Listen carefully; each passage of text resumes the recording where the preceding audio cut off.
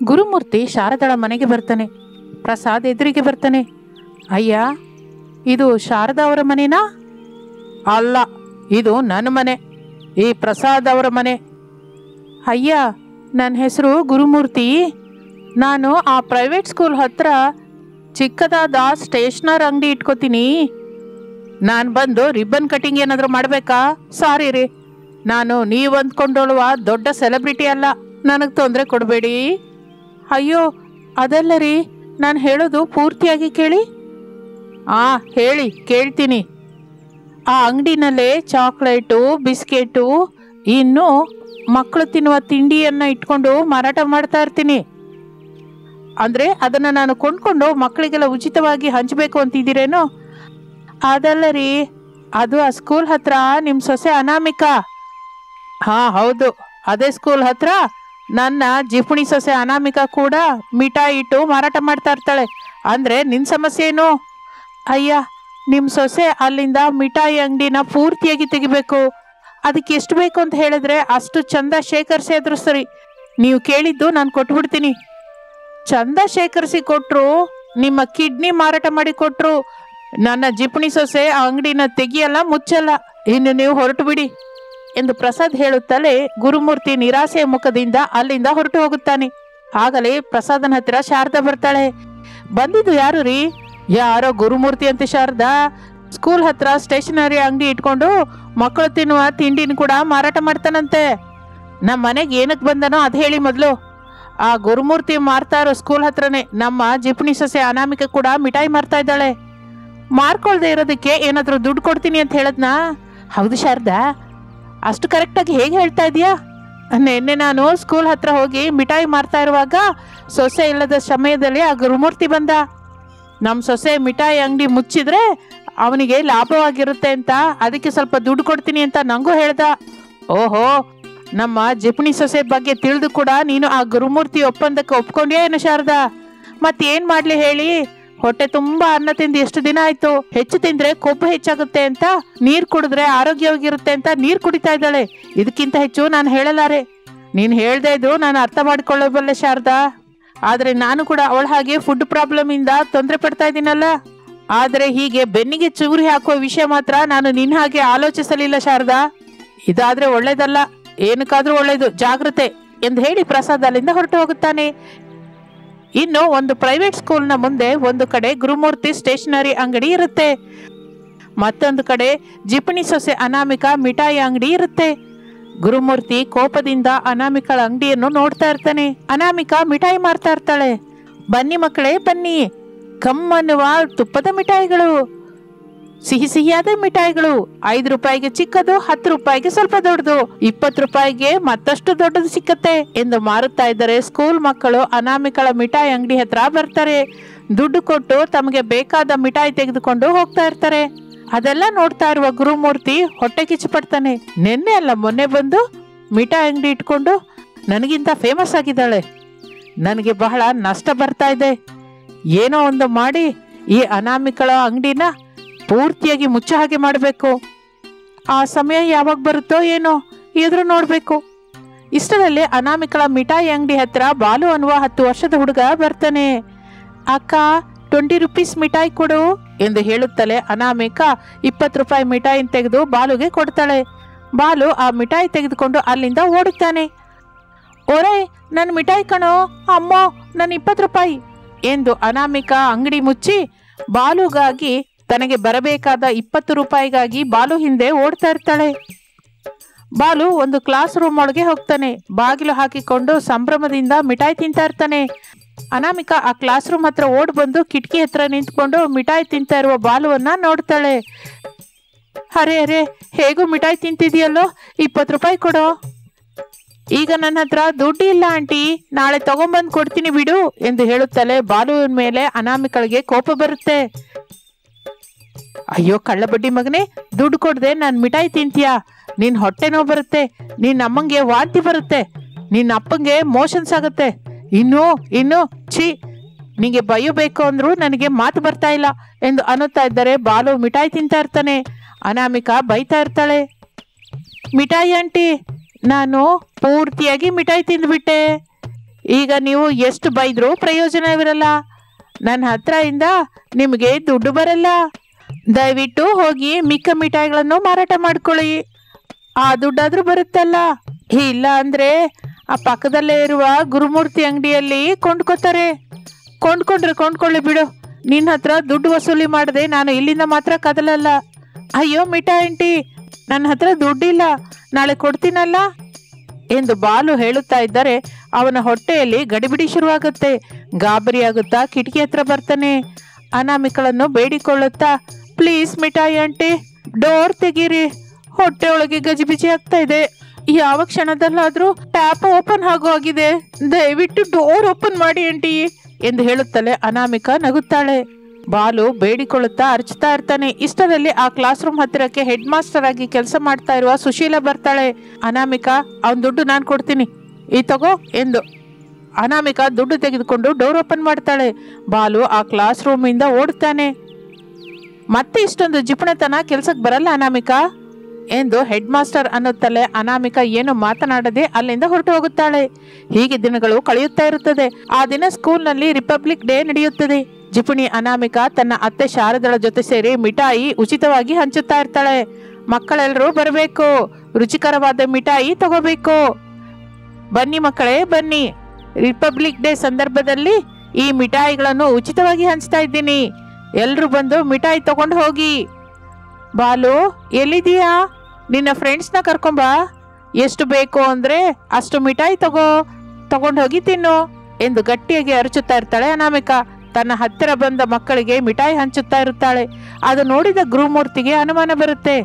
ಯಾವತ್ತೂ ಇಲ್ದಿದ್ದು ಈ ಜಿಪುಣಿ Anamika republic day ಸಂದರ್ಭದಲ್ಲಿ ಉಚಿತವಾಗಿ ಮಿಠಾಯಿ ಹಂಚ್ತಾ ಇದ್ದಾಳೆ ಅಂದರೆ ಸಮಥಿಂಗ್ ಈಸ್ ರಾಂಗ್. ಇದು ನಮಗೆ ಉಪಯೋಗಕ್ಕೆ ಬರುತ್ತೆ.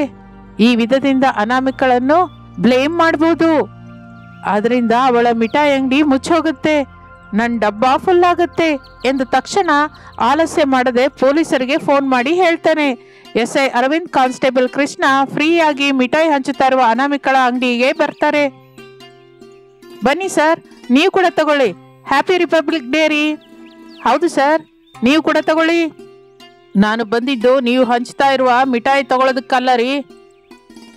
ಈ ಮಿಠಾಯಿ ಹಂಚೋದು ನಿಲ್ಲಿಸ್ಬಿಡಿ, ಇದರಲ್ಲಿ ಏನೋ ಕಲಿಸಿದ್ದಾರೆ ಅಂತ ನಮಗೆ ಇನ್ಫಾರ್ಮೇಶನ್ ಬಂದಿದೆ, ತಕ್ಷಣ ಸೀಸ್ ಮಾಡ್ತಾ ಇದ್ದೀನಿ ಎಂದು ಹೇಳುತ್ತಲೇ ಅನಾಮಿಕಾ ಗುರುಮೂರ್ತಿ ಡಬ್ಬದ ಕಡೆ ನೋಡ್ತಾಳೆ. ತನ್ನ ಕಡೆಯೇ ನೋಡ್ತಾ ಇರುವ ಗುರುಮೂರ್ತಿ ಕಾಣಿಸುತ್ತಾನೆ. ಅನಾಮಿಕಳಿಗೆ ವಿಷಯ ಅರ್ಥವಾಗುತ್ತೆ. ಸರ್, ನಿಮಗೆ ಫೋನ್ ಮಾಡಿ ಯಾರು ಹೇಳಿದ್ರು ನಮಗೆ ಗೊತ್ತು. ಬೇಕು ಅಂದರೆ ನೀವು ನಮ್ಮ ಮಿಠಾಯಿನ ತಗೊಂಡೋಗಿ ಟೆಸ್ಟ್ ಮಾಡಿಸ್ಕೊಳ್ಳಿ. ಏನೂ ಇಲ್ಲ ಅಂತ ತಿಳಿದ್ರೆ ನಾವು ಮಿಕ್ಕ ಮಿಠಾಯಿನ ಹಂಚ್ತೀವಿ ಎಂದು ಅನಾಮಿಕ ಹೇಳುತ್ತಾಳೆ. ಎಸ್ಐ ಅರವಿಂದ್ ಅದಕ್ಕೆ ಒಪ್ಕೋತಾನೆ. ಮಿಠಾಯಿಗಳಲ್ಲಿ ಕೆಲವನ್ನು ಲ್ಯಾಬ್ಗೆ ಕಳಿಸುತ್ತಾನೆ. ಟೆಸ್ಟ್ ರಿಪೋರ್ಟ್ ಬರುವವರೆಗೂ ಎಲ್ಲಿಯವರು ಅಲ್ಲೇ ಇದ್ದು ಬಿಡುತ್ತಾರೆ. ಸ್ವಲ್ಪ ಸಮಯ ಕಳೆದ ನಂತರ ಕಾನ್ಸ್ಟೇಬಲ್ ಕೃಷ್ಣ ರಿಪೋರ್ಟ್ ತೆಗೆದುಕೊಂಡು ಅಲ್ಲಿಗೆ ಬರ್ತಾನೆ. ಎಸ್ಐ ಅರವಿಂದ್ ಆ ರಿಪೋರ್ಟ್ ನೋಡಿ ಸಂತೋಷ ಪಡ್ತಾನೆ. ಸಾರಿ ಅನಾಮಿಕಾ, ರಿಪಬ್ಲಿಕ್ ಡೇ ಸಂದರ್ಭದಲ್ಲಿ ನೀವು ಉಚಿತವಾಗಿ ಹಂಚ್ತಾ ಇರೋ ಮಿಠಾಯಿಗಳು ಎಂತಹ ಕಲಬೆರಕೆನೂ ಇಲ್ಲ, ತುಂಬ ಚೆನ್ನಾಗಿದೆ, ದೇಹಕ್ಕೆ ಎಂತಹ ಪ್ರಾಬ್ಲಮೂ ಇಲ್ಲ, ಎಲ್ಲರೂ ಆರೋಗ್ಯವಾಗಿರಬೇಕು ಅಂತ ತಿಂದವರಿಗೆ ಕೂಡ ಎಂತಹ ತೊಂದರೆನೂ ಇಲ್ಲ ಅಂತ ಈ ರಿಪೋರ್ಟಲ್ಲಿ ಹೇಳ್ತಾ ಇದೆ ಎಂದು ಹೇಳುತ್ತಲೇ ಅನಾಮಿಕಾ ಸಂತೋಷ ಪಡುತ್ತಾಳೆ. ಎಸ್ಐ ಅರವಿಂದ್, ಕಾನ್ಸ್ಟೇಬಲ್ ಕೃಷ್ಣ ಅಲ್ಲಿಂದ ಹೊರಟು ಹೋಗುತ್ತಾರೆ. ಹೌದು ಸೊಸೆ, ಮಿಕ್ಕ ಸಂದರ್ಭದಲ್ಲಿ ಜಿಪುಣತನದಿಂದ ಯಾಕಿರ್ತೀಯ ನೀನು? ಹೌದು ಅತ್ತೆ, ಮಿಕ್ಕ ಸಂದರ್ಭದಲ್ಲಿ ನನ್ನ ಜಿಪುಣತನದಿಂದ ಯಾಕಿರ್ತೀನಿ ಅಂದರೆ ಆ ದುಡ್ಡಿನಿಂದ ಅನಾಥಾಶ್ರಮದಲ್ಲಿ ಇರೋರಿಗೆ ಬಟ್ಟೆ ಪುಸ್ತಕಗಳನ್ನ ಕೊಂಡು ಕೊಡ್ತೀನಿ. ಈ ದಿನ ರಿಪಬ್ಲಿಕ್ ಡೇ ಆದ್ದರಿಂದ ಎಲ್ಲರಿಗೂ ಹೀಗೆ ಉಚಿತವಾಗಿ ಮಿಠಾಯಿ ಹಂಚ್ತೀನಿ. ನನಗಿದುವರೆಗೂ ಮಕ್ಕಳಾಗಲಿಲ್ಲ, ಈ ಥರ ಮಾಡಿದ್ರೆ ಎಂದು ಅನಾಮಿಕಾ ಕಣ್ಣೀರು ಹಾಕಿಕೊಳ್ಳುತ್ತಾಳೆ. ಅರ್ಥವಾದ ಶಾರದಾ ತನ್ನ ಜಿಪುಣಿ ಸೊಸೆಯ ಕಷ್ಟವನ್ನು ಅರ್ಥ ಮಾಡ್ಕೋತಾಳೆ. ಆಗ ಸೊಸೆಯನ್ನು ಸಮಾಧಾನಿಸಿ ಹೀಗಂತಾಳೆ, ದುಃಖ ಪಡಬೇಡ ಸೊಸೆ, ನೀನು ಮಾಡ್ತಾ ಇರುವ ಈ ಒಳ್ಳೆ ಕೆಲಸಕ್ಕೆ ಆ ದೇವರು ನಿನಗೆ ಸರಿಯಾದ ಫಲಿತ ಕೊಡ್ತಾನೆ ಎಂದು ಅತ್ತೆ ಸೊಸೆಯರು ಮಾತನಾಡಿಕೊಳ್ಳುವುದನ್ನು ಗುರುಮೂರ್ತಿ ಕೂಡ ಕೇಳಿಸಿಕೊಳ್ಳುತ್ತಾನೆ. ಅವರ ಹತ್ತಿರ ಬರುತ್ತಾನೆ. ತಂಗಿಯಮ್ಮ, ನನ್ನನ್ನು ಕ್ಷಮಿಸಿ, ನಿನ್ನ ಜಿಪುಣತನದ ಹಿಂದೆ ಎದೆ ಒಡೆಯುವಂಥ ಸತ್ಯ ಇದೆ ಅಂತ ನನಗೆ ತಿಳಿದಿರಲಿಲ್ಲ. ಈಗ ಅರ್ಥವಾಯ್ತು. ನಾನು ಇಲ್ಲಿಂದ ನನ್ನ ಅಂಗಡಿನ ತೆಗೆದು ಬಿಡ್ತೀನಿ, ಬರ್ತೀನಮ್ಮ, ಆ ದೇವರು ನಿಂಗೆ ಕರುಣಿಸ್ತಾನೆ ಎಂದು ಹೇಳಿ ಅಲ್ಲಿಂದ ಹೊರಟು ಹೋಗುತ್ತಾನೆ ಗುರುಮೂರ್ತಿ. ಸ್ವಲ್ಪ ದಿನಕ್ಕೆ ಜಿಪುಣಿ ಸೊಸೆ ಅನಾಮಿಕಾ ಪ್ರೆಗ್ನೆಂಟ್ ಆಗುತ್ತಾಳೆ. ಎಲ್ಲರೂ ಸಂತೋಷ ಪಡ್ತಾರೆ. ಇದು ಇಂದಿನ ಕತೆ. ಮತ್ತೊಂದು ಆಸಕ್ತಿಕರವಾದ ಕತೆ ಜೊತೆ ಮತ್ತೆ ಸೇರೋಣ. ನಮಸ್ತೆ. ಹೊಲದಲ್ಲಿ ಗೋವಿಂದ್ ಕೆಲಸ ಮಾಡುತ್ತಿದ್ದರೆ ಚಲಪತಿ ಫೋನ್ ಹಿಡಿದುಕೊಂಡು ನಿಂತಿರುತ್ತಾನೆ. ಅದೇ ಕೆಲಸದಲ್ಲಿ ಫೋನ್ ನೋಡ್ತಾ ಇರ್ತಾನೆ ಚಲಪತಿ. ಗೋವಿಂದ್ ಅದನ್ನು ಗಮನಿಸಿ, ಏನೋ ಚಲಪತಿ, ಹೊಲಕ್ಕೆ ಬಂದಾಗಿಂದ ನೋಡ್ತಾ ಇದ್ದೀನಿ, ಆ ಫೋನ್ನ ಬಿಡ್ತಾ ಇಲ್ಲ, ನೋಟ ಪಕ್ಕಕ್ಕೂ ತಿರುಗಿಸ್ತಾ ಇಲ್ಲ. ಅಷ್ಟೆಲ್ಲ ಏನಿದೆಯೋ ಆ ಫೋನಲ್ಲಿ? ಮಗಳು ಅನಾಮಿಕಾ ಫೋನ್ ಮಾಡ್ತೀಳಿ ಅಂತ ಹೇಳಿದ್ದು ಕಣೋ, ಅದಕ್ಕೆ ಹೀಗೆ ಫೋನ್ ಹಿಡ್ಕೊಂಡು ಅದೇ ಕೆಲಸದಿಂದ ನೋಡ್ತಾ ಇದ್ದೀನಿ. ಏಯ್, ಅನಾಮಿಕಾ ಫೋನ್ ಮಾಡಿದ್ರೆ ಫೋನ್ ಮೊಳಗುತ್ತೆ, ಆಗ ಮಾತಾಡ್ಬೋದು. ಅದನ್ನ ಹಿಡ್ಕೊಂಡು ಅದನ್ನೇ ನೋಡ್ಬೇಕಾದ ಕೆಲಸವಿಲ್ಲಲ್ಲ. ಯಾಕೋ ಕಣೋ, ಈ ದಿನ ಫೋನನ್ನು ಬಿಡಬೇಕು ಅನ್ನಿಸ್ತಾ ಇಲ್ಲ. ಕೆಲಸ ಮಾಡ್ತಾ ಇದ್ರೆ ಪೈಸೆ ಎಲ್ಲಿಂದ ಬರುತ್ತೆ? ಮಗಳು ಅಳಿಯನ್ನ ಕರ್ಕೊಂಡ್ಬಂದು ಸಂಕ್ರಾಂತಿ ಹಬ್ಬ ಹೇಗೆ ಮಾಡ್ತೀಯಾ? ಬಟ್ಟೆ ಹಿಡದೆ ಹಾಗೆ ಮಗಳನ್ನ ಅತ್ತೆ ಮನೆಗೆ ಕಳಿಸ್ತೀಯಾ? ಹೇಳು ಹೇಳು. ಹಾಗೆ ಮಾಡಿದ್ರೆ ಅತ್ತೆಯವರ ಮನೆ ಹತ್ರ ಮಗಳಿಗೆ ಮಾತು ಬರುತ್ತೆ ಕಣೋ. ಹಬ್ಬಕ್ಕೆ ಕರ್ಕೊಂಡು ಬಂದು ನಿಮ್ಮಪ್ಪ ಬಟ್ಟೆ ಕೂಡ ಹಾಕಿಲ್ಲ ಅಂತ ಮಗಳನ್ನು ಅವರ ಅತ್ತೆ ಬೈತಾ ಇರ್ತಾರೆ. ಹಾಗೆ ಬೈದೇ ಇರಬೇಕು ಅಂದರೆ ಈಗ ಫೋನ್ ನೋಡೋದು ಬಿಟ್ಟು ಕೆಲಸ ಮಾಡು, ದುಡ್ಡಾದ್ರೂ ಬರುತ್ತೆ. ಸಂಕ್ರಾಂತಿ ಹಬ್ಬ ಇನ್ನೂ 2 ದಿನನೇ ಇದೆ. ಹಬ್ಬಕ್ಕೆ ಬೇಕಾದ ಸಾಮಾನನ್ನ ತಗೊಂಡು ಬರ್ಬೇಕಲ್ಲ. ಹಾ ಹೌದು ಕಣೋ ಚಲಪತಿ ಎಂದು ಹೇಳಿ ಕೆಲಸ ಮಾಡುತ್ತಾ ಇರುತ್ತಾರೆ ಚಲಪತಿ. ಇನ್ನು ಮತ್ತೊಂದು ಕಡೆ ಹೊರಗೆ ಬೈಕ್ ಮೇಲೆ ಕೂತ್ಕೊಂಡ ರಮೇಶನ ಹತ್ತಿರಕ್ಕೆ ಲಂಚ್ ಬಾಕ್ಸ್ ಹಿಡಿದುಕೊಂಡು ಅನಾಮಿಕಾ ಬರ್ತಾಳೆ. ಸರಿ ಬಾಯ್ ಅನಾಮಿಕಾ, ನಾನು ರಾತ್ರಿ ಹೇಳಿದ್ದು ನೀವೇನು ಮಾಡಿದ್ರ? ಅಮ್ಮನ ಕೇಳಿ ಹೋಗು ಅನಾಮಿಕಾ. ಅಮ್ಮ ಒಪ್ಕೊಂಡ್ರೆ ನನಗೇನು ಅಭ್ಯಂತರ ಇಲ್ಲ ಅಂತ ನಾ ರಾತ್ರಿನೇ ಹೇಳಿದ್ದೆ ಅಲ್ಲ. ನೀವೇ ಅತ್ತೆ ಹತ್ರ ಹೇಳಿ ಅಂತ ನಿಮ್ಗೆ ಹೇಳಿದ್ನಲ್ಲ, ಮರ್ತೋದ್ರಾ? ಅರೆ ಹಾಗೆ ಹೇಳಿದ್ಯಾ? ಸಾರಿ ಅನು, ನಾನು ಮರ್ತೋದೆ ಎಂದು ಹೇಳುತ್ತಲೇ ಅನಾಮಿಕಾ ದುಃಖದಿಂದ ಕಣ್ಣೀರು ಹಾಕಿಕೊಳ್ಳುತ್ತಾಳೆ. ಸಂಕ್ರಾಂತಿ ಹಬ್ಬ ಬರ್ತಾ ಇದೆ, ನಾನು ಹೋಗಿ ನಮ್ಮ ಅಪ್ಪನ ನೋಡ್ಕೊಂಡ್ ಬರ್ತೀನಿ ಅಂತ ಕೇಳ್ತಾ ಇದ್ರೆ ನಿಮಗೆ ಸ್ವಲ್ಪನೂ ಕರುಣೆ ಅನ್ನಿಸ್ತಾ ಇಲ್ವಾ ಎಂದು ಅನಾಮಿಕಾ ಅನ್ನುತ್ತಿದ್ದರೆ ರಮೇಶ್ ಬೇಡಿಕೊಳ್ಳುತ್ತಾ, ಅನಾಮಿಕಾ ನಿನಗೆ ಕೈ ಮುಗಿತೀನಿ, ಈ ಅಳು ನಿಲ್ಸೆ. ನೀನು ಹೀಗೆ ಅಳ್ತಾ ಇದ್ರೆ ಅಪ್ಪ ಯಾವ ಕಡೆಯಿಂದ ಯಾವ ಆಯುಧ ಹಿಡ್ಕೊಂಡು ಬರ್ತಾರೇನೋ ಅಂತ ನನಗೆ ಭಯವಾಗ್ತಾ ಇದೆ. ಮೊದಲು ಆ ಅಳು ನಿಲ್ಸೆ ಎಂದು ರಮೇಶ್ ಭಯಪಡುತ್ತಾ ಇರುವಾಗ ಅವನ ತಂದೆ ಪ್ರಸಾದ್ ಕೋಲು ಹಿಡಿದುಕೊಂಡು ಅವರ ಹತ್ತಿರಕ್ಕೆ ಬರ್ತಾನೆ. ಅನಾಮಿಕಾ ಅಳುತ್ತಾ ಇರುವುದನ್ನು ನೋಡಿ ಕೋಪದಿಂದ, ಏನೋ ನನ್ನ ಸೊಸೆ ಅಳ್ತಾ ಇದ್ದಾಳೆ, ಏನಂದ್ಯೋ? ಅಯ್ಯೋ ಅಪ್ಪ, ನಾನೇನು ಅಂದಿಲ್ಲ. ಸಂಕ್ರಾಂತಿ ಹಬ್ಬ ಬರ್ತಾ ಇದೆ ಅಲ್ಲ, ಅವರ ಅಪ್ಪನ ಹತ್ರ ಹೋಗ್ತೀನಿ ಅಂತ ಇದ್ದಾಳೆ. ಅದೇನು ತಪ್ಪಲ್ವಲ್ಲ? ಅಪರಾಧ ಅಂತೂ ಅಲ್ಲ, ಹೆಣ್ಣು ಮಕ್ಕಳಿಗೆ ಅದು ಹಕ್ಕು. ಇಲ್ಲ ಅಂತ ನಾನು ಅಂತ ಇಲ್ವಲ್ಲಪ್ಪ, ಆದರೆ ಅಮ್ಮಂಗೆ ಹೇಳಿ ಹೋಗು ಅಂತ ಹೇಳ್ತಾ ಇದ್ದೀನಿ ಅಷ್ಟೇ ಅಪ್ಪ. ರಾತ್ರಿ ಅವರೇ ಹೇಳ್ತೀನಿ ಅಂತ ಅಂದಿದ್ರು ಮಾವಯ್ಯ, ಈಗೇನೋ ನನಗೆ ಹೇಳು ಅಂತ ಇದ್ದಾರೆ. ನಿನಗೇನಕ್ಕೆ ತಾಯಿ ಭಯ? ಹೋಗಿ ನಿಮ್ಮ ಅತ್ತೆ ಹತ್ರ ಹೇಳು, ನಾನು ಇರ್ತೀನಲ್ಲ ಎಂದು ಹೇಳುತ್ತಲೇ ಇದೇ ಒಳ್ಳೆಯ ಅವಕಾಶವೆಂದುಕೊಂಡು ರಮೇಶ್ ಅಲ್ಲಿಂದ ಬೈಕಿಂದ ಹೊರಟು ಹೋಗುತ್ತಾನೆ. ಇನ್ನು ಶಾರದಾ ತನ್ನ ಬೆಡ್ರೂಮ್ ಅಲ್ಲಿ ಕೂತ್ಕೊಂಡು ತನ್ನ ಮಗಳು ಲಾವಣ್ಯಳ ಹತ್ರ ಮಾತಾಡ್ತಾ ಇರ್ತಾಳೆ. ಲಾವಣ್ಯ, ನಿನ್ನ ನಿಮ್ಮ ಅತ್ತೆ ಚೆನ್ನಾಗಿ ನೋಡ್ಕೋತಾ ಇದ್ದಾರ ತಾಯಿ? ಚೆನ್ನಾಗಿ ನೋಡ್ಕೋತಾ ಇದ್ದಾರೆ ಮಮ್ಮಿ. ಮತ್ತೆ ಅಳಿಯಂದ್ರು ನಿಮ್ಮ ಜೊತೆ ಪ್ರೇಮದಿಂದ ಇರ್ತಾ ಇದ್ದಾರೆ ಮಮ್ಮಿ. ಯಾಕೆ ಹಾಗೆ ಕೇಳಿದೆ? ನೀನು ಅಲ್ಲಿ ಚೆನ್ನಾಗಿದ್ರೇನೆ ಅಲ್ವಾ ತಾಯಿ, ಇಲ್ಲಿ ನಿನ್ನ ತಾಯಿ ಚೆನ್ನಾಗಿರ್ತಾಳೆ. ಅದು ಸರಿ ತಾಯಿ, ನಾನು ಬರಲಾ, ನಿಮ್ಮ ಅಪ್ಪನ ಕಳಿಸ್ಲಾ? ಯಾಕಮ್ಮ? ಯಾಕೇನೆ, ಸಂಕ್ರಾಂತಿ ಹಬ್ಬ ಬರ್ತಾ ಇದೆ ಅಲ್ಲ, ಹೊಸದಾಗಿ ಮದುವೆ ಮಾಡ್ಕೊಂಡಿದ್ದೀರಾ, ನೀನು ಅಳಿಯಂದ್ರು ಇಲ್ಲಿ ಬರಬೇಕು, ಹೊಸ ಬಟ್ಟೆ ಕೊಡ್ಬೇಕಲ್ಲ. ಹೌದಾ? ಹಾಗಾದ್ರೆ ನಾನು ಅವ್ರ ಹತ್ರ ಮಾತಾಡಿ ಫೋನ್ ಮಾಡ್ತೀನಿ. ಸರಿ ಕಣೆ, ಅಳಿಯಂದ್ರು ಬಂದ ಮೇಲೆ ಮಾತಾಡಿ ಫೋನ್ ಮಾಡು ಎಂದು ಹೇಳಿ ಶಾರದಾ ಫೋನ್ ಕಟ್ ಮಾಡಿ ಇಡುತ್ತಾಳೆ. ಆಗಲೇ ಅನಾಮಿಕಾ ಪ್ರಸಾದ್ ಇಬ್ಬರು ಆ ರೂಮಿನೊಳಗೆ ಬರುತ್ತಾರೆ. ಸೊಸೆ ಅನಾಮಿಕಳನ್ನು ನೋಡಿ, ಸೊಸೆ ಮಗ ಆಫೀಸ್ಗೆ ಹೋದ್ನಾ? ಹೋದ್ರು ಅತ್ತೆ. ಶಾರದಾ, ಸೊಸೆ ನಿನ್ನ ಹತ್ರ ಏನೋ ಮಾತಾಡ್ಬೇಕು ಅಂತ ಅಂದ್ಕೋತಾ ಇದ್ದಾಳೆ. ಹೇಳು ಸೊಸೆ, ಏನು ವಿಷಯ? ಅದೇ ಅತ್ತೆ, ಸಂಕ್ರಾಂತಿ ಹಬ್ಬ ಬರ್ತಾ ಇದೆಯಲ್ಲ ಅತ್ತೆ, ನಾನು ಹಬ್ಬಕ್ಕೆ ನಮ್ಮ ಅಪ್ಪನ ಹತ್ರ ಹೋಗ್ತೀನಿ ಅತ್ತೆ. ಬೇಡ ಸೊಸೆ, ಎಲ್ಲಿಗೂ ಹೋಗೋದು ಬೇಡ. ಹೊಸದಾಗಿ ಮದುವೆ ಮಾಡಿಕೊಂಡು ಮೊದಲ ಸಲ ನಿನ್ನ ನಾದಿನಿ ಲಾವಣ್ಯ ಅವಳ ಗಂಡ ಕಿಶೋರ್ ಜೊತೆಗೆ ತವರಿಗೆ ಬರ್ತಾ ಇರುವಾಗ ಮನೆ ಸೊಸೆ ನೀನಿಲ್ದಿದ್ರೆ ಏನ್ ಚೆನ್ನಾಗಿರುತ್ತೆ ಹೇಳು ಎಂದು ಹೇಳುತ್ತಲೇ ಅನಾಮಿಕಳ ಕಣ್ಣಿನಿಂದ ನೀರು ಜಾರುತ್ತದೆ. ದುಃಖದಿಂದ, ಅದೆಲ್ಲ ಅತ್ತೆ, ಮನೆ ಹತ್ರ ಅಪ್ಪ ಒಬ್ಬರೇ ಇರ್ತಾರೆ, ನನಗಾಗಿ ನೋಡ್ತಾ ಇರ್ತಾರೆ. ಒಬ್ಬನೇ ಅಲ್ಲಿರೋದು ಏನಕ್ಕೆ ಸೊಸೆ? ಫೋನ್ ಮಾಡಿ ಇಲ್ಲಿಗೆ ಬಾ ಅಂತ ಹೇಳು, ನಮ್ಮ ಜೊತೆಗೆ ಸಂತೋಷವಾಗಿರ್ತಾರೆ. ಶಾರದಾ, ಆತ್ಮ ಅಭಿಮಾನ ಇರೋರಲ್ಲ ಹಬ್ಬಕ್ಕೆ ಮಗಳನ್ನ ಅಳಿಯನ್ನ ತನ್ನ ಮನೆಗೆ ಕರ್ಕೊಂಡು ಹೋಗ್ಬೇಕು ಅಂತ. ತನಗೆ ಇದ್ದದ್ರಲ್ಲಿಯೇ ಇಡಬೇಕು ಅಂತ ಅಂದ್ಕೋತಾರೆ. ಆದ್ರೆ ಮಗಳ ಹತ್ರಿಗೆ ಬರಲ್ವಲ್ಲ, ಅದು ಅವನ ಇಷ್ಟ. ಸೊಸೆ, ನೀನ್ ಮಾತ್ರ ಹೋಗೋದಕ್ಕಾಗಲ್ಲ. ಹಬ್ಬದ ಕೆಲಸ ಶುರು ಮಾಡ್ಕೋಬೇಕು. ನಾನು ಹೇಳ್ತಾ ಇದ್ರೆ ನೀನು ಮಾಡ್ಬೇಕು ಎಂದು ಗಟ್ಟಿಯಾಗಿ ಹೇಳುತ್ತಲೇ ಅನಾಮಿಕಾ ದುಃಖ ಪಡುತ್ತಾ ಹಾಗೆ ಅತ್ತೆ ಎಂದು ಹೇಳಿ ಅಲ್ಲಿಂದ ಹೊರಟು ಹೋಗುತ್ತಾಳೆ ಅನಾಮಿಕಾ. ಇನ್ನು ಮತ್ತೊಂದು ಕಡೆ ಸತ್ತು ಹೋದ ತನ್ನ ಹೆಂಡತಿ ಫೋಟೋ ಮುಂದೆ ದೀಪ ಬೆಳಗಿಸಿ ದುಃಖದಿಂದ ಕಣ್ಣೀರು ಹಾಕಿಕೊಳ್ಳುತ್ತಾ, ಹೊಲದ ಹತ್ರಕ್ಕೆ ಹೋಗಿ ಬರ್ತೀನಿ ಕಮಲ, ಮನೆ ಹತ್ರ ಜಾಗ್ರತೆ. ಇಷ್ಟು ದಿನಕ್ಕೆ ಈ ಮಾತು ಹೇಳ್ದ ಅಂತ ಕೇಳ್ತಾ ಇದೀಯಾ? ಹೌದು ಕಮಲ, ಹೋಗಿ ಬರ್ತೀನಿ. ಮನೆ ಹತ್ರ ಜಾಗ್ರತೆ ಅಂತ ಹೇಳಿ ಬಹಳ ದಿನ ಆಯ್ತು. ಮೊನ್ನೆವರೆಗೂ ಮಗಳು ಅನಾಮಿಕಾ ಇದ್ದಿದ್ಲು, ಆದ್ರಿಂದ ನೀನು ಇಲ್ಲ ಅನ್ನುವ ದುಃಖನ ಮರ್ತು ಹೋಗಿದ್ದೆ. ಈಗ ಆ ಮಗಳು ಅತ್ತೆ ಮನೆಗೆ ಹೊರಟೋಗಿದ್ದಾಳೆ. ಗಂಡನ ಜೊತೆ ಚೆನ್ನಾಗಿ ಸಂಸಾರ ಮಾಡ್ತಾ ಇದ್ದಾಳೆ. ಮತ್ತೆ ನೀನು ನಾನೇ ಕಮಲ ಎಂದು ಅನ್ನುತ್ತಾ ಇರುವಾಗ ಚಲಪತಿಗೆ ಬಹಳ ತಿಳಿದ ಸುಜಾತ ಮನೆಗೆ ಬರುತ್ತಾಳೆ. ಸುಜಾತ, ಏನಮ್ಮ ಹೀಗೆ ಬಂದೆ? ಮನೆಗೆ ಬಾಣಯ್ಯ, ಸ್ವಲ್ಪ ಅನ್ನ ತಿಂದು ಹೊಲದ ಹತ್ರ ಹೋಗ್ಬೋದು. ಈಗಲೇ ಟೀ ಇಟ್ಕೊಂಡು ಕುಡ್ದೆ ತಾಯಿ, ಇಲ್ಲ ಅಂದ್ರೆ ಮಧ್ಯಾಹ್ನ ಬಂದು ತಿಂತೀನಲ್ಲ. ಆದ್ರೆ ಗೋವಿಂದನ ಕೈಲಿ ಕಳಿಸು. ಸರಿ ಅಣ್ಣಯ್ಯ. ಇಷ್ಟಕ್ಕೂ ಅನಾಮಿಕಳ ಹತ್ತಿರಕ್ಕೆ ಯಾವಾಗ ಹೋಗ್ತಾ ಇದೀಯಾ?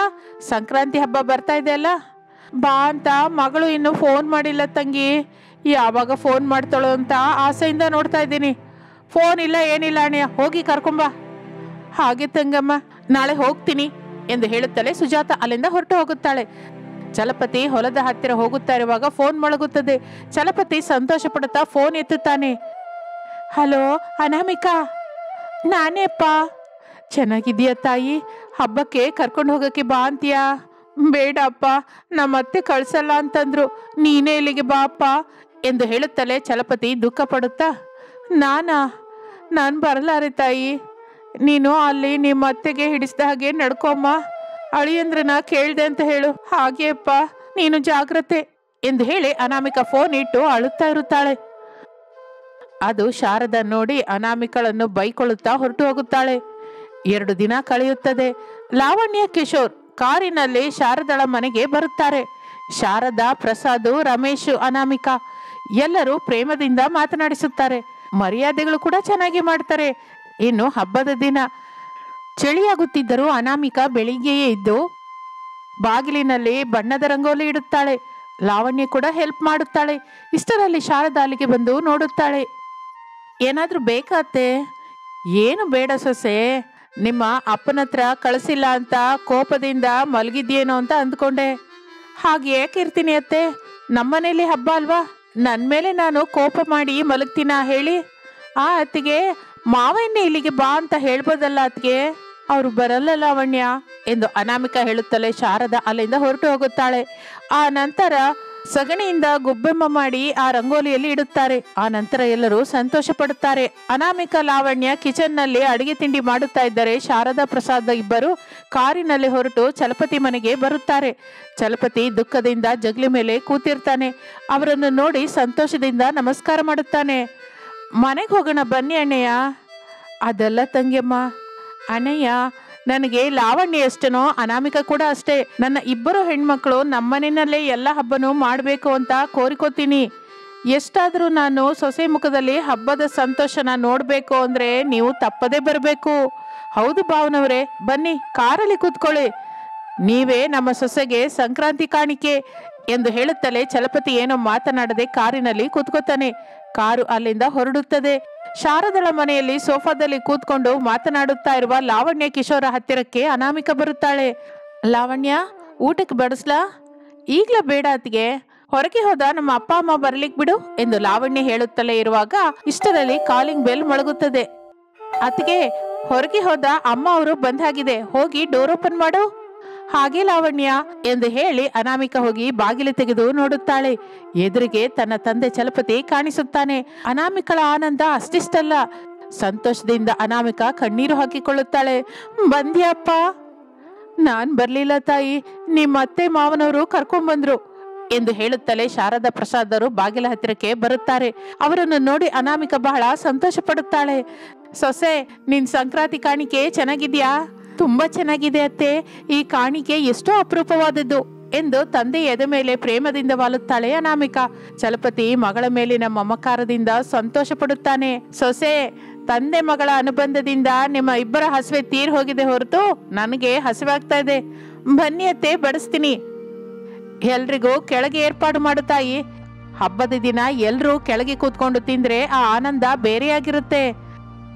ಹೌದು ಭಾವನವರೇ ಎಂದು ಹೇಳುತ್ತಲೇ ಅನಾಮಿಕಾ ಎಲ್ಲರಿಗೂ ಊಟ ಕೆಳಗೆ ಏರ್ಪಾಟು ಮಾಡುತ್ತಾಳೆ. ಎಲ್ಲರೂ ವರಸೆಯಾಗಿ ಕೂತ್ಕೊಂಡು ಮಾತನಾಡಿಕೊಳ್ಳುತ್ತಾ ಸಂತೋಷದಿಂದ ತಿನ್ನುತ್ತಾ ಇರುತ್ತಾರೆ. ತನ್ನ ತಂದೆ ತನ್ನ ಕಣ್ಣ ಮುಂದೆ ನಗುತ್ತಾ ಇರುವುದರಿಂದ ಅನಾಮಿಕಾ ಬಹಳ ಸಂತೋಷದಿಂದಿರುತ್ತಾಳೆ. ಇದು ಇಂದಿನ ಕತೆ. ಮತ್ತೊಂದು ಆಸಕ್ತಿಕರವಾದ ಕತೆ ಜೊತೆ ಮತ್ತೆ ಸೇರೋಣ. ನಮಸ್ತೆ.